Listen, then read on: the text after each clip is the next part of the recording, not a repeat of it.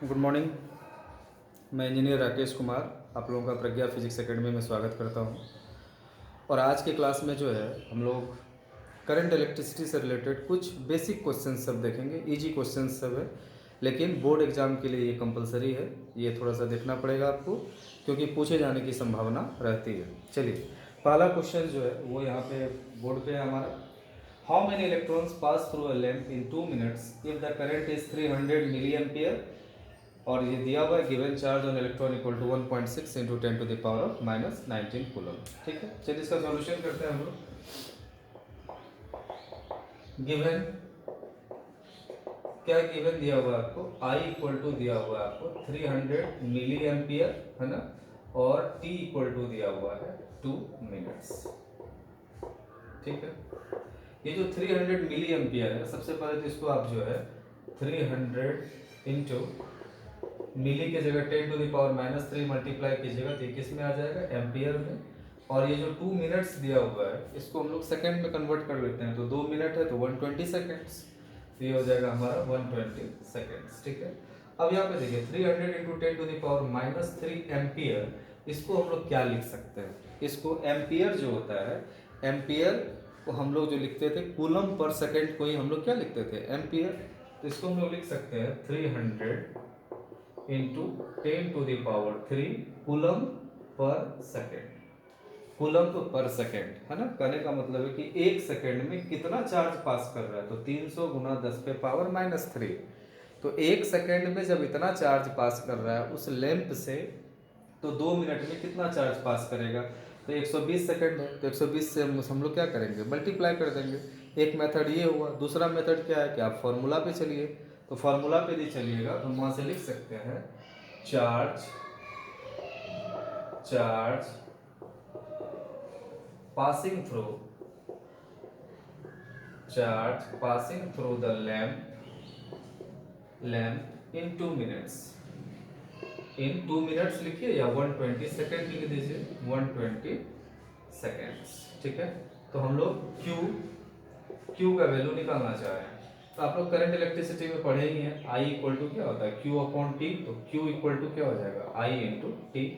तो यहाँ से हम लोग लिख सकते हैं Q equal to I into T.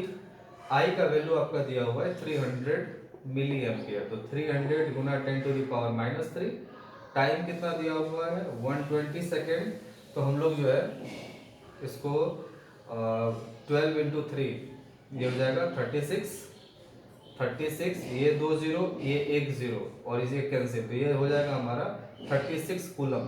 ये डायरेक्ट हमारा वैल्यू आ गया 36 कूलम, है ना, 36 कूलम, क्योंकि ये 12 इंटू 3 कितना हो गया 36, और 1 0 ये 2 0 ये, तो 10⁻³ और यहाँ 10⁻⁻3, वो क्या हो जाएगा, कैंसिल आउट हो जाएगा। तो चलिए, जब हमको Q का वैल्यू निकल गया तो हम लोग इलेक्ट्रोस्टैटिक में एक फॉर्मूला पढ़े थे क्वांटाइजेशन ऑफ चार्जेस में, कि Q इक्वल टू क्या होता है, N इंटू ई के बराबर होता है। तो हम लोग यहाँ पे लिखते हैं वी ऑल्सो नो दैट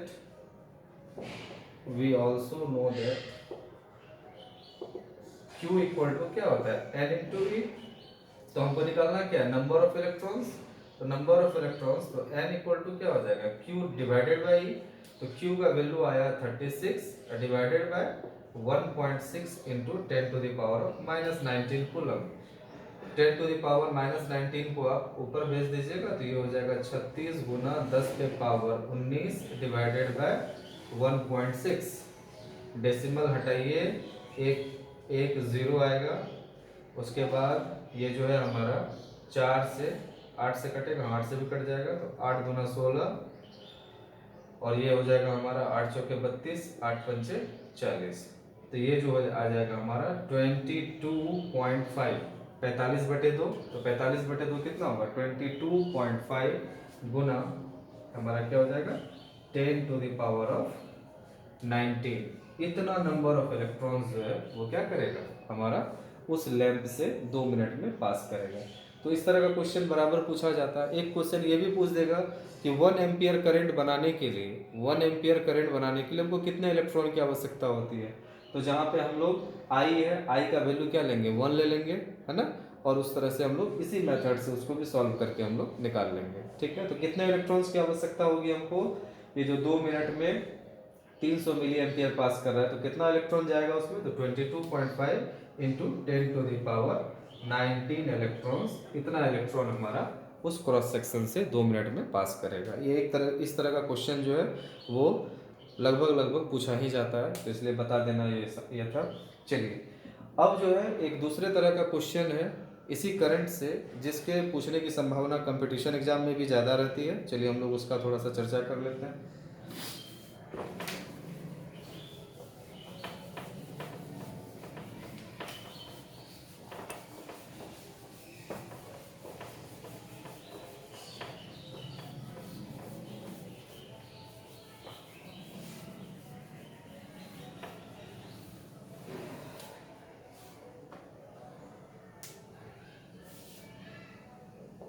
हम लोग जानते हैं कि वी नो दैट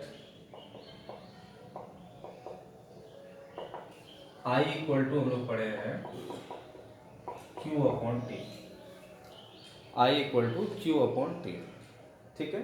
तो I equal to Q upon t, यहाँ पे क्या होता है कि एवरी टाइम जो है, टाइम के रिस्पेक्ट में चार्ज फ्लो जो है वो कांस्टेंट होता है।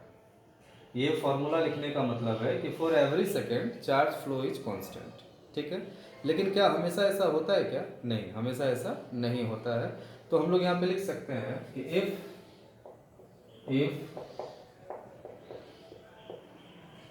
the charge flow is not steady, एक समान नहीं है, then तब हमको यहाँ पे लिखना पड़ेगा delta I equal to delta Q upon delta T, delta I equal to delta Q upon delta T। और ये जो डेल्टा I दे रहा है ये किसका वैल्यू दे रहा है, ये जो हमको वैल्यू दे रहा है, ये वैल्यू दे रहा है एवरेज करंट का, एवरेज करंट का। कहने का मतलब है कि मान लिया जाए कि हम जो है देखें कि आधा घंटा में कितना चार्ज पास हुआ है, आधा घंटा में कितना चार्ज पास हुआ है, तो हम लोग चार्ज डिवाइडेड बाय जो है टाइम कर दिए, तो ये किसका वैल्यू दे रहा है हमको, एवरेज करंट का।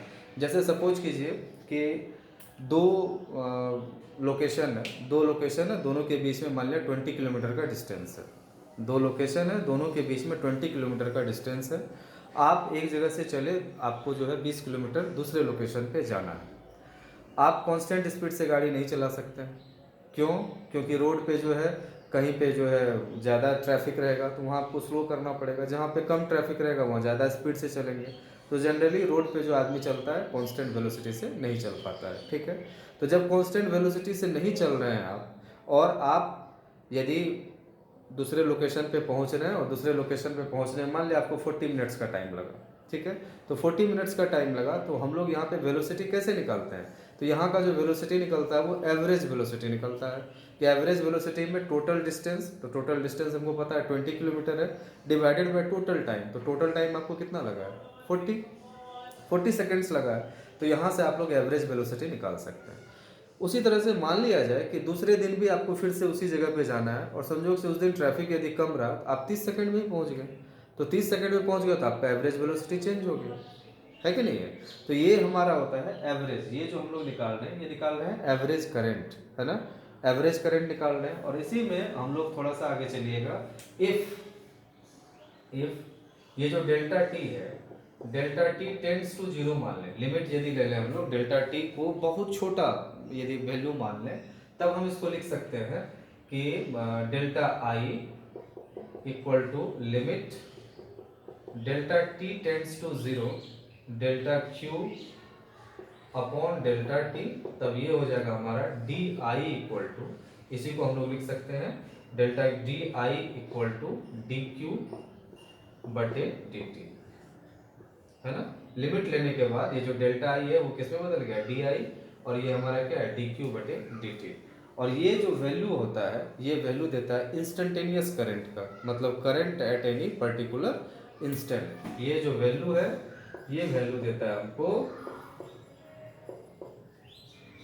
इंस्टेंटेनियस करंट का, है ना। तो I equal to Q upon t जो था, I equal to Q upon t, वो इसको कंसिडर करके बनाया गया है कि हमारा चार्ज फ्लो जो है वो हर एक यूनिट टाइम पे क्या है, कांस्टेंट है।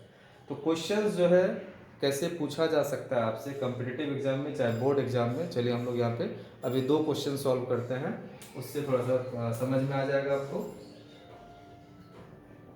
इफ दिया हुआ है q इक्वल टू, मान लिया जाए दिया हुआ है 5t² प्लस 6t प्लस 1, ये q का एक इक्वेशन दिया हुआ है और आपसे पूछा जा रहा है find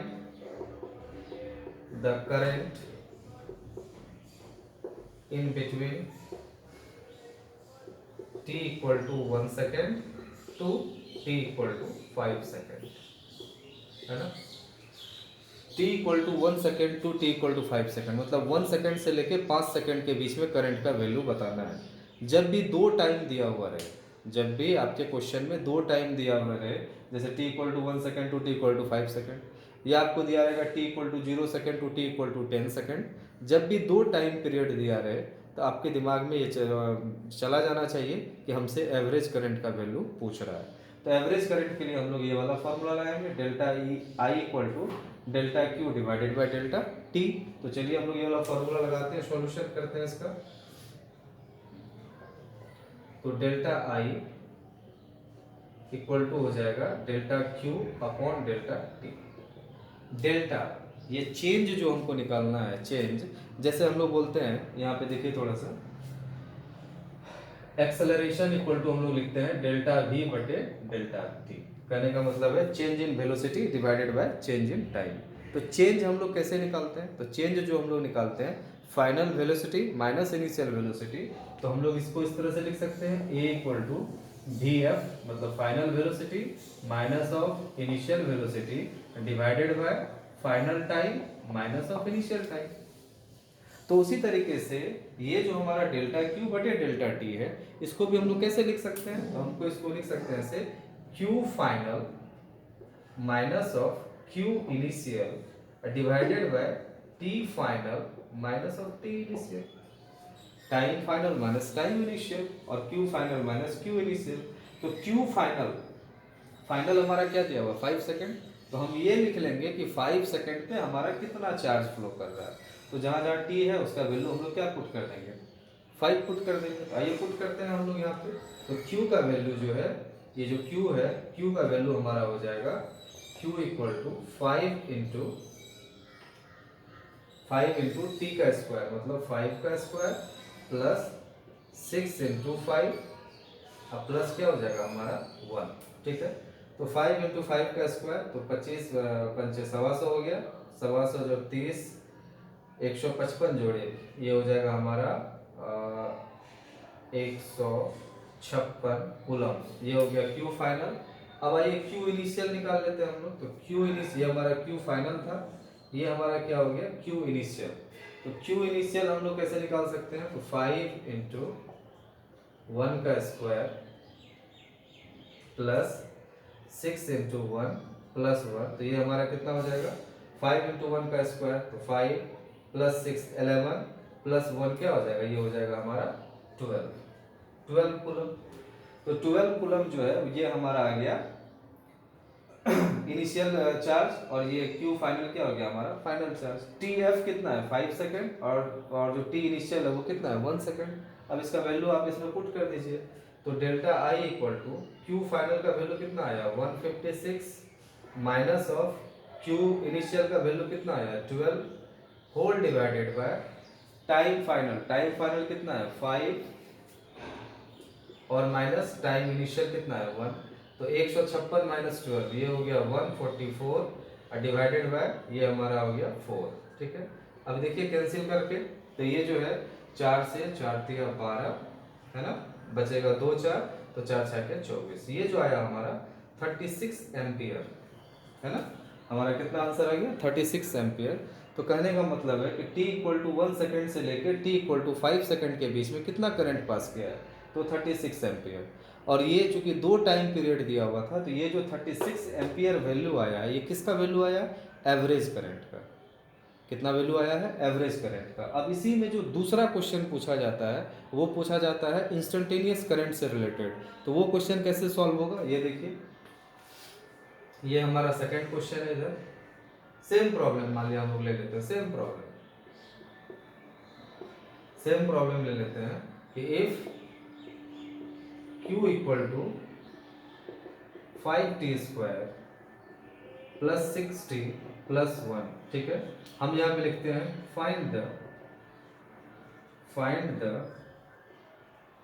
current at t equal to 3 second. t equal to 3 second पे हमको करंट बताना है। तो यहाँ पे देखो टाइम क्या दिया हुआ है, 1 दिया हुआ है 3 सेकेंड पे। तो इंस्टेंट ये किसका वैल्यू पूछ रहा है आपसे पूछ रहा है इंस्टेंटेनियस करंट का। यहाँ एवरेज करंट नहीं है। एवरेज करंट के लिए ऑलवेज 2 टाइम पीरियड दिया रहेगा, है ना। लेकिन यहाँ पे एक पर्टिकुलर मोमेंट पे पूछ रहा है, t इक्वल टू 3 सेकेंड पे हमारा जो है चार्ज का वैल्यू कितना होगा, मतलब करंट का वैल्यू कितना होगा। तो ये जो वैल्यू है, ये जो क्वेश्चन है, ये क्वेश्चन रिलेटेड टू किसके है, इंस्टेंटेनियस करंट पे। तो यहाँ पे आप लोग जो है इंस्टेंटेनियस करंट का फॉर्मूला लगाइए। Instantaneous current d I equal to क्या होता है, डी क्यू बटे डी टी। तो इस तरह के प्रॉब्लम को सॉल्व करने के लिए मैथमेटिक्स का थोड़ा नॉलेज होना जरूरी है, जिसको हम लोग क्या बोलते हैं, डिफरेंशिएशन, है ना। तो डिफरेंशिएशन जो होता है उसका फंडामेंटल रूल जो होता है, थोड़ा सा हम लिख देते हैं यहाँ पे।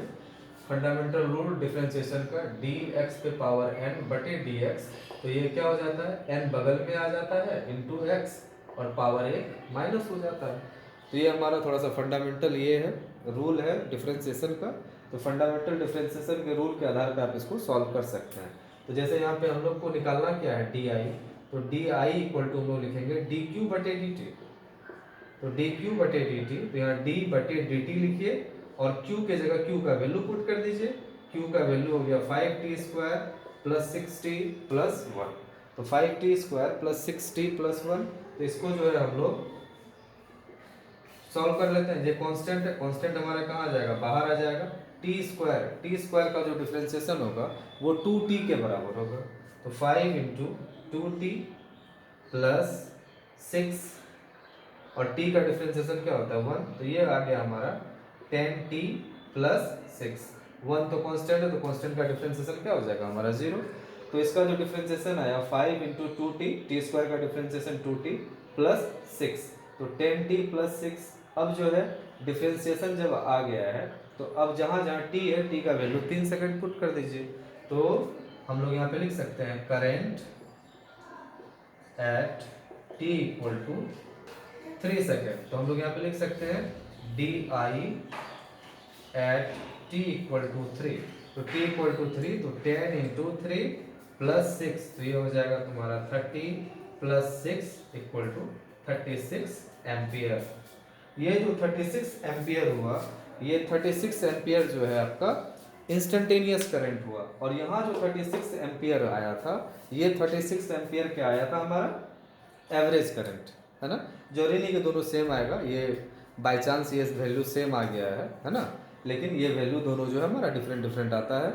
इंस्टेंटेनियस करंट का मतलब हुआ कि किसी एक इंस्टेंट पे, किसी एक मोमेंट पे कितना करंट है ना। मान लिया करंट फ्लो कर रहा है, हम किसी सेकंड के देख लिए करंट का वैल्यू कितना है, तो वो हुआ एट इंस्टेंट। और एवरेज का मतलब हुआ कि 2 टाइम पीरियड के बीच कितना करंट फ्लो कर रहा है, वो हमारा एवरेज करंट होता है।